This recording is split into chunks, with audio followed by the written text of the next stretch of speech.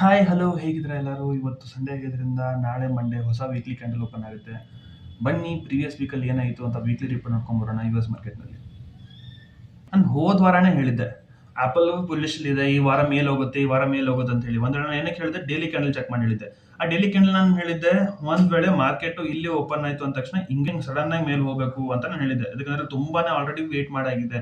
ಈ ತರ ವೇಟ್ ಮಾಡಿದಾದ್ಮೇಲೆ ಹಿಂಗೆ ಹೋಗ್ಬೇಕು ಅನ್ಕೊಂಡಿದ್ದೆ. ಬಟ್ ಏನಾಯ್ತು, ಓಪನ್ ಆಯ್ತು, ಓಪನ್ ಆದ ತಕ್ಷಣ ಮೇಲ್ ಹೋದಂಗೆ ಕೆಳ ಬಂದ್ಬಿಡ್ತು. ಆಮೇಲೆ ಇಲ್ಲಿ ಒಂದು ಡೋಜಿ ಕ್ಯಾಂಡಲ್ ಆಯ್ತು.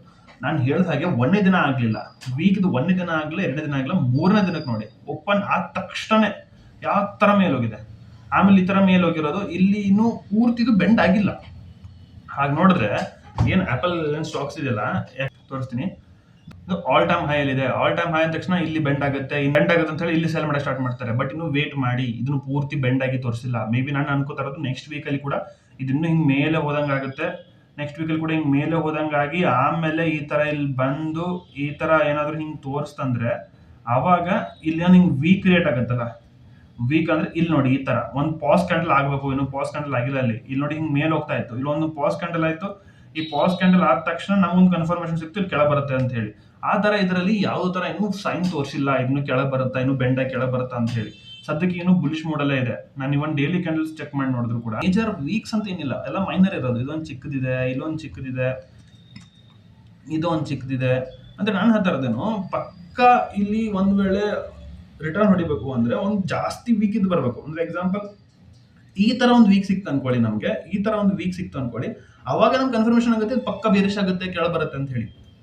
ಆ ತರ ಡೈಲಿ ಕ್ಯಾಂಡಲ್ ಅಲ್ಲೂ ಕಾಣ್ತಿಲ್ಲ, and even weekly candle check ಮಾಡಿದ್ರು ಅಲ್ಲಿ ಕಾಣ್ತಿಲ್ಲ. ಅದರ ಅರ್ಥ ನಾನು ಹೇಳಕ್ ಬಯಸ್ತಾ ಇರೋದೇನು, ನನಗೆ ಅನ್ಸಿರೋ ಪ್ರಕಾರ ಇದು ಇನ್ನು ಪಕ್ಕಾ ಮಾರ್ಕೆಟ್ ಏನಿದೆಯಲ್ಲ ಇನ್ನು ಕಂಪ್ಲೀಟ್ ಆಗಿ ಹೋಗಿಲ್ಲ. ಇನ್ನು ಬೆಕ್ಕದಂಗೆ ಇದು ಮೇಲ್ ಹೋಗೋ ಚಾನ್ಸಸ್ ಇದೆ ಅಂತ ಹೇಳ್ತಾರ. ನಾನು ಹಿಂಗೆ ಮೇಲ್ ಹೋಗುತ್ತೆ, ಮೇಲ್ ಹೋಗಿ ಆಮೇಲೆ ಇಲ್ಲಿ ಕೆಳ ಬರುತ್ತೆ, ಕೆಳ ಬಂದು ಆಮೇಲೆ ಈ ತರ ಒಂದು ಕ್ಯಾಂಡಲ್ ಮಾಡ್ತು ಅನ್ಕೊಳ್ಳಿ, ಅವಾಗ ಇದೊಂದು ವೀಕ್ ಸಿಗುತ್ತೆ ನಮ್ಗೆ. ಈ ತರ ವೀಕ್ ಸಿಕ್ಕಾಗ ಅವಾಗ ನಮ್ಗೆ ಬೇರೆಸ್ಟ್ ಕ್ಯಾಂಡಲ್ ಅಂತ ಹೇಳ್ಕೊಕ್ ಹೋಗ್ಬೋದು. ಇದು ಪಾಸ್ ಕ್ಯಾಂಡಲ್ ಆಯ್ತು, ಪಾಸ್ ಕ್ಯಾಂಡಲ್ ಆದ್ರೂ ಆಗ್ಬೋದು. ಈ ತರ ಇಲ್ಲಿಂದ ಒಂದು ವೀಕ್ಸ್ ಬಂದು ಇಲ್ಲ ಒಂದು ಹಿಂಗ್ ಕಂಪ್ಲೀಟ್ ಆಗಿ ಒಂದು ಹಿಂಗ್ ಸಿಗ್ಬೋದು. ಅವಾಗ ಇದು ವೀಕ್ ಸಿಗುತ್ತಲ್ಲ ಕ್ಯಾಂಡಲ್ ಆದ ತಕ್ಷಣ, ಅವಾಗ ನಾವು ಇಲ್ಲಿಂದ ಹಿಂಗ್ ಸ್ಟಾರ್ಟ್ ಮಾಡ್ಕೋತ ಹೋಗ್ಬೋದು ಅಂತ ಹೇಳ್ತಾರ ನಾನು. ಆಯ್ತಾ, ಈಗ ಒಂದು ಬಾಲ್ ಮಾಡಿ ಹೋಗೋಣ. ಹೋದ್ವಾರ ನಾನು ಹೇಳಿದ್ದೆ ಕಂಟಿನ್ಯೂ ಸೆಲ್ಲಿಂಗ್ ಬರ್ತಾ ಇತ್ತು, ಒಂದು ಪಾಸ್ ಆಗಿದೆ.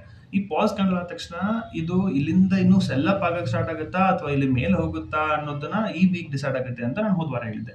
ಸೊ ಈ ವಾರ ಏನಾಗಿದೆ, ಒಂದು ಡೋಜಿ ಕ್ಯಾಂಡಲ್ ಆಗಿದೆ. ಈಗ ನಾವು ಇದನ್ನ ಡೈಲಿ ಕ್ಯಾಂಡಲ್ ಬರೋಣ. ಪ್ರೀವಿಯಸ್ ಡೈಲಿ ಕ್ಯಾಂಡಲ್ ಅಂತ ಬಂದ ತಕ್ಷಣ ನೋಡಿ, ಓಹೋ ಇಲ್ಲಿ ನೋಡಿ ನಿಮಗೆ ಒಂದು ಆಕ್ಚುಲ್ ಆಗಿ ಒಂದು ಇಮೇಜ್, ಒಂದು ಕ್ಲಾರಿಟಿ ಸಿಗುತ್ತೆ. ಏನಕ್ಕಂತ ಹೇಳ್ತಾ ಇರೋದು ನಾನು ಅಂದ್ರೆ, ಇಲ್ಲಿ ನೋಡಿ ಸೆಲ್ಲರ್ಸ್ ಏನಿದಾರಲ್ಲ ಅವರು ಮೇಲ್ ಹೋಗಕ್ಕೆ ಬಯರ್ಸ್ನ ಬಿಡ್ತಿಲ್ಲ. ಬಟ್ ಅದೇ ತರ ಬಾಯರ್ಸ್ ಕೂಡ ತಮ್ಮ ಲೆವೆಲ್ನ ಬಿಟ್ಕೊಡ್ತಿಲ್ಲ. ಇಲ್ಲಿ ಏನಾಗ್ತಿದೆ, ಇಲ್ಲಿ ಗ್ಯಾಪ್ ಅಪ್ ಓಪನ್ ಆಯ್ತು, ಸಡನ್ ಆಗಿ ಬೇರೆಶ್ ಆಯ್ತು.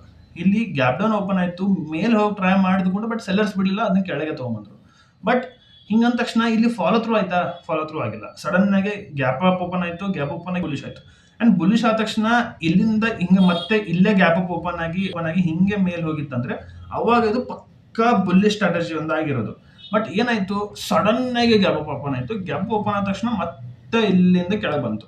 ಸೊ ನಾನು ಹೇಳ್ತಾ ಇರೋದೇನು, ಸೆಲ್ಲರ್ಸ್ ಏನಿದ್ದಾರೆ ಬಾಯರ್ಸ್ಗೆ ಮೇಲೆ ಹೋಗಕ್ ಬಿಡ್ತಿಲ್ಲ. ಬಟ್ ಸೆಲ್ಲರ್ಸು ಇಲ್ಲಿ ಗೆಲ್ತಾನೂ ಇಲ್ಲ. ಅಂದ್ರೆ ಇಲ್ಲೊಂದು ಫಾಲೋ ಥ್ರೂ ಆಗಬೇಕು. ಒಂದು ಫಾಲೋ ಥ್ರೂ ಆಗಿ ಒಂದ್ ವೇಳೆ ನೆಕ್ಸ್ಟ್ ಡೇ ಹಿಂಗ್ ಬಂದು ಇಲ್ಲಿ ಈ ತರ ಆಯ್ತು ಅನ್ಕೊಳ್ಳಿ, ಅವಾಗ ಇದು ರೆಡ್ ಕ್ಯಾಂಡಲ್ ಆಯ್ತು ಅನ್ಕೊಳ್ಳಿ, ಅವಾಗ ಪಕ್ಕ ಕೆಳಗೆ ಬರುತ್ತೆ. ಅಂದ್ರೆ ನಿಮ್ಗೆ ಲೆವೆಲ್ ವೈಸ್ ಹೇಳ್ಬೇಕಂದ್ರೆ ಇಲ್ಲಿಂದ ಇಲ್ಲಿಗೆ ಏನಿದೆಯಲ್ಲ ಇದು ಮೇನ್ಲಿ ಇಲ್ಲಿ ಏನಾಗ್ತದೆ ಜಾಸ್ತಿ. ಒಂದ್ ವೇಳೆ ಇಲ್ಲಿಂದ ಒಂದು ಹಿಂಗ್ ರೆಡ್ ಕ್ಯಾಂಡಲ್ ಆಯ್ತು ಅನ್ಕೊಳ್ಳಿ, ಹಿಂಗೊಂದು ರೆಡ್ ಕ್ಯಾಂಡಲ್ ಆಯ್ತು ಅಂದ ತಕ್ಷಣ ಆಮೇಲೆ ಫಾಲೋ ಥ್ರೂ ಪಟ್ನ ಸಿಕ್ಬಿಡುತ್ತೆ. ಅಂದ್ರೆ ರೆಡ್ ಕ್ಯಾಂಡಲ್ ಆಗಿದೆ, ಅದಕ್ಕೆ ಫಾಲೋ ಥ್ರೂ ಸಿಗ್ತಿಲ್ಲ. ಬಾಯರ್ಸ್ ಬಿಡ್ತಾನೆ ಇಲ್ಲ ಫಾಲೋ ಥ್ರೂ ಸಿಗಕ್ಕೆ.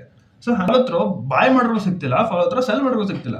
ಫಾಲೋ ಥ್ರೂ ಅಂದ್ರೆ ಏನು, ಒಂದೇ ಇಲ್ಲಿ ಆದ ತಕ್ಷಣ ಇಲ್ಲೊಂದು ಸಡನ್ ಆಗಿ ಗ್ರೀನ್ ಕ್ಯಾಂಡಲ್ ಆಗ್ಬೇಕಿತ್ತು, ಆಗ್ಲಿಲ್ಲ. ಸಡನ್ ಆಗಿ ಗ್ಯಾಪ್ ಓಪನ್ ಆಯ್ತು, ಕೆಳಗಡೆ ಬಂತು.